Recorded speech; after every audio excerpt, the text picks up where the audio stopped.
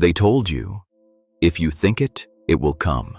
If you visualize it, it must arrive. If you believe enough, the universe will bow to your will. So you closed your eyes. You wrote affirmations. You imagined houses, lovers, riches, and power. You tried to bend reality to your desire. But then, silence. Nothing came. Or worse, it came, but it felt empty, hollow, lifeless, and somewhere inside, a whisper arose. What if I am not doing it right? What if I am not worthy? What if my mind is broken? This is the shadow of manifestation, the part they don't speak about in bestsellers and viral videos, the cost of worshiping an idea that was never meant to be a god. For manifestation can awaken your spirit, but it can also enslave it. The first dark truth is this: when you treat manifestation as a law to control the universe, you are not practicing spirituality. You are practicing idolatry. And idols, no matter how beautiful, always end the same way, with the seeker broken and the soul hungry for what is real.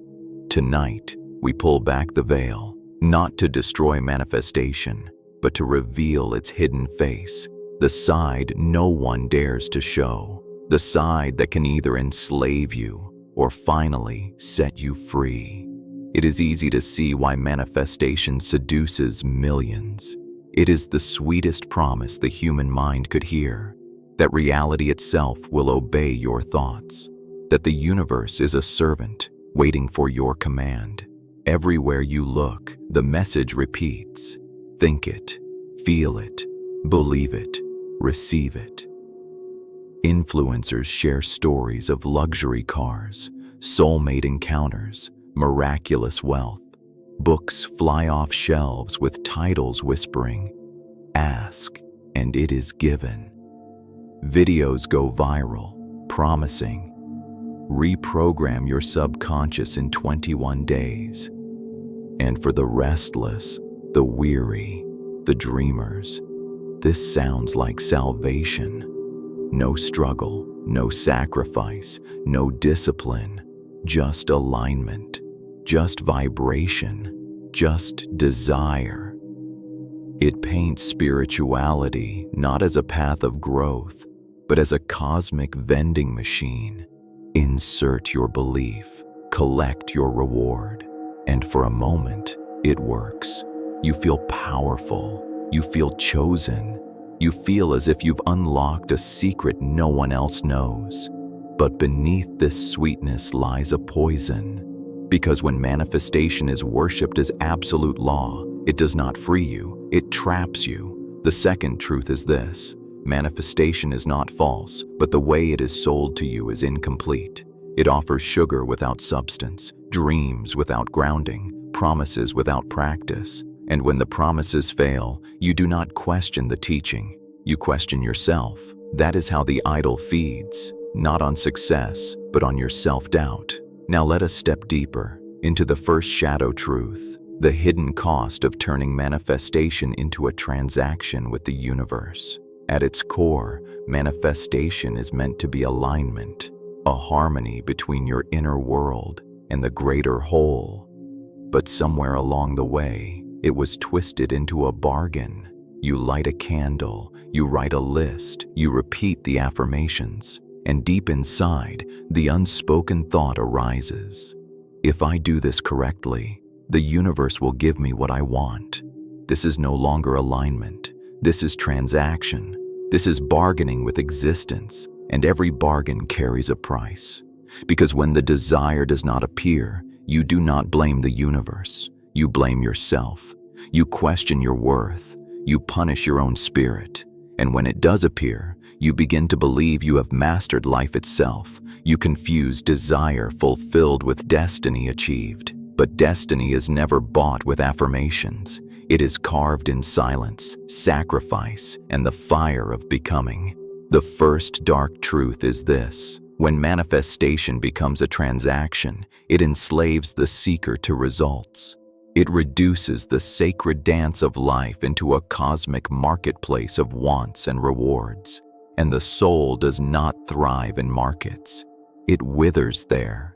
Manifestation in its pure form is surrender, but manifestation as an idol is control, and control always ends in despair. Now let us step into the next shadow, the crushing weight of expectation, and how the pursuit of endless outcomes can break the very mind it promised to heal.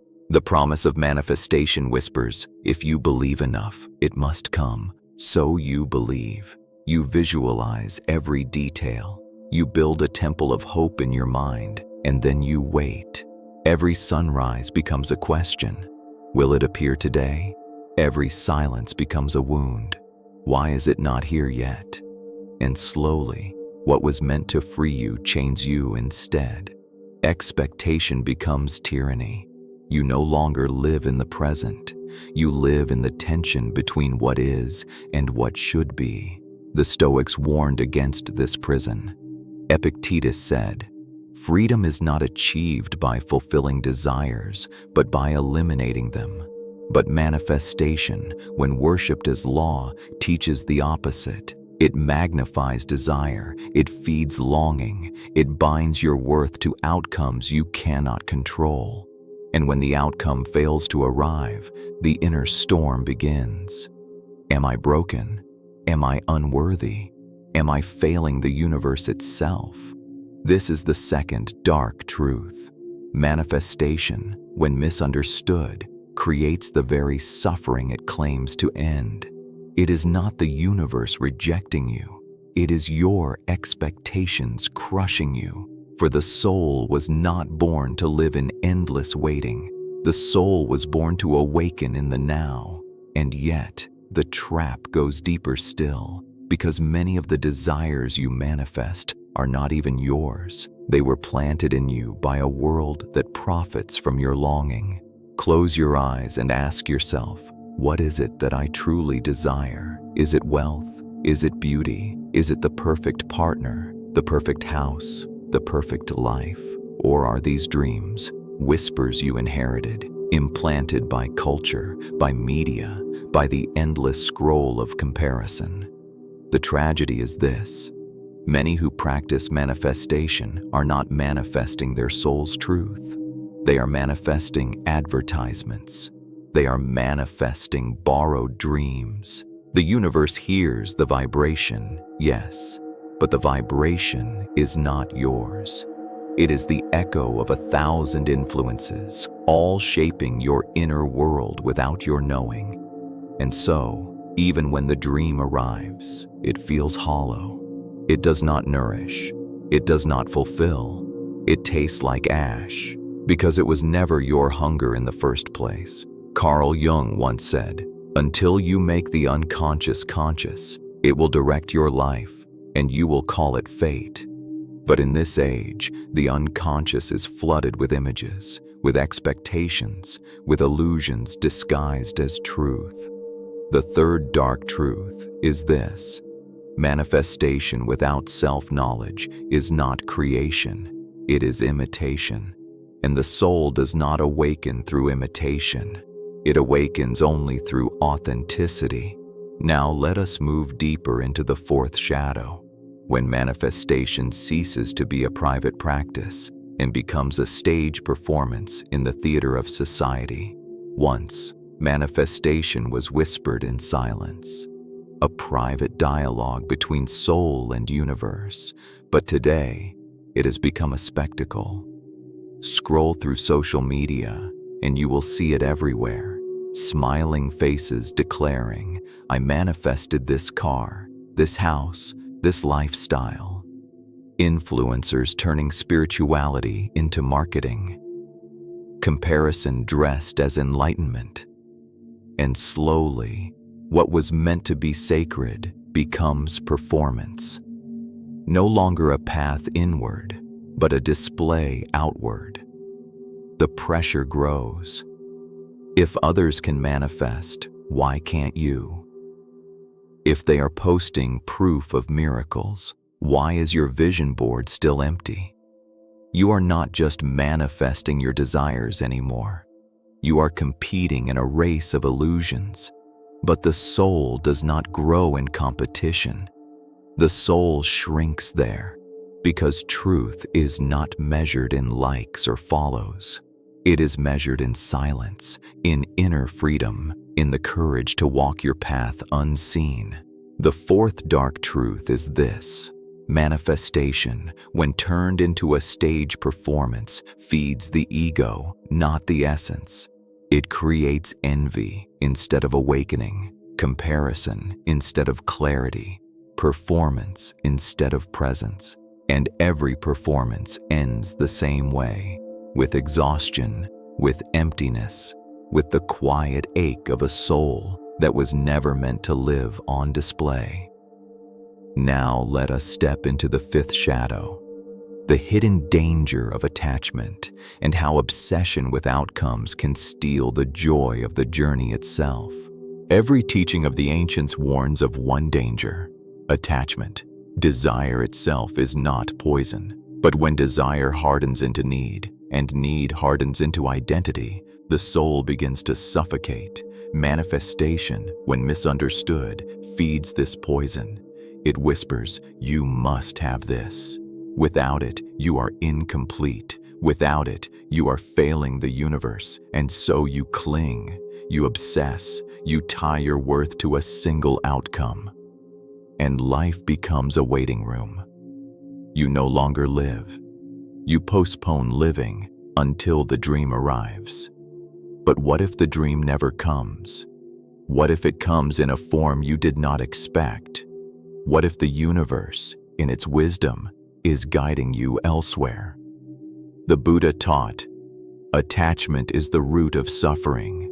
The Stoics echoed, "Desire makes slaves of kings." The fifth dark truth is this: manifestation chained to outcome steals the joy of the journey. It blinds you to the beauty of the path, the lessons in the detours, the miracles hidden in the ordinary. For the soul was not born to wait. It was born to awaken, here, now, in this breath. And yet, the shadows go deeper still, because manifestation, when practiced without depth, does not dissolve fear. It secretly serves it. On the surface, manifestation looks like hope. It looks like vision, confidence, and faith. But often, beneath the light, lies shadow. Why do you manifest wealth? Because deep inside, you fear lack. Why do you manifest love? Because deep inside, you fear loneliness. Why do you manifest success? Because deep inside, you fear being unseen, unworthy, forgotten. So the practice you thought was born of power is secretly born of fear. The affirmations are a mask. The vision boards are a disguise. The words say abundance, but the energy beneath whispers scarcity. And the universe, responding to vibration, does not hear the words you speak. It hears the state you live in. Fear dressed as faith still vibrates fear. This is the sixth dark truth. Manifestation without shadow work is not creation. It is avoidance. You are not healing the wound. You are decorating it with golden words. You are not dissolving the fear. You are feeding it in silence. The soul cannot be tricked by phrases. It knows when you are whole and when you are hiding. And until the fear is faced, until the wound is healed, no amount of manifesting will free you. But once the fear is faced, once you embrace the shadow, manifestation transforms. It stops being a servant of fear and becomes a reflection of true freedom. Now we come to the final shadow, the seventh and deepest truth. That manifestation, in its highest form, was never about getting what you want, but about remembering who you are. They told you manifestation is about getting the house, getting the car, getting the partner, getting the dream. But the ancients whispered a different truth. Manifestation is not about what you attract, it is about what you remember. When the mind is pure, your desires align with your essence. When the soul is awake, your path unfolds without force. When you are rooted in truth, you do not chase, you become. The seventh and deepest truth is this: manifestation is not about bending the universe to your will. It is about bending yourself back to the rhythm of the universe. It is not about asking endlessly. It is about listening deeply. It is not about creating a future to escape the present. It is about inhabiting the present so fully that the future blooms naturally from it. True manifestation is not hunger. It is remembrance, not a cosmic shopping list, but a sacred homecoming. And when you see this, everything changes. The pressure dissolves, the waiting ends, the obsession fades, because you realize the secret. What you were trying so hard to manifest was never outside of you. It was always within. And the moment you stop chasing shadows, the light of your own being becomes the greatest manifestation of all. The journey is complete. You have seen the idol. You have tasted the sweetness. You have felt the poison. You have learned the 7 dark truths. That manifestation can become a transaction.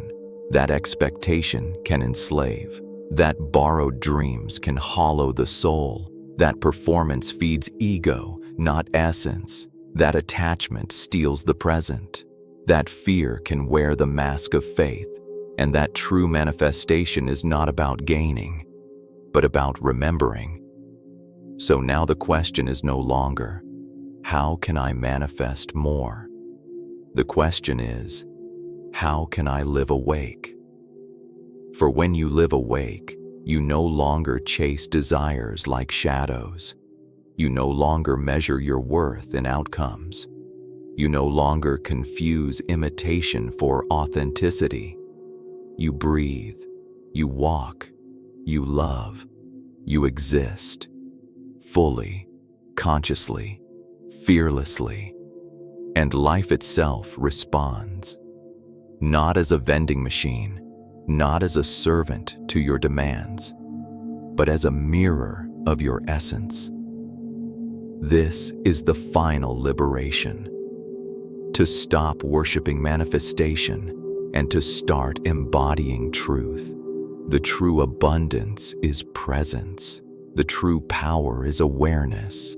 The true miracle is you, awake, whole and free. So close the vision board. Silence the affirmations and listen, for the universe is not outside waiting for your command. It is inside waiting for your remembrance.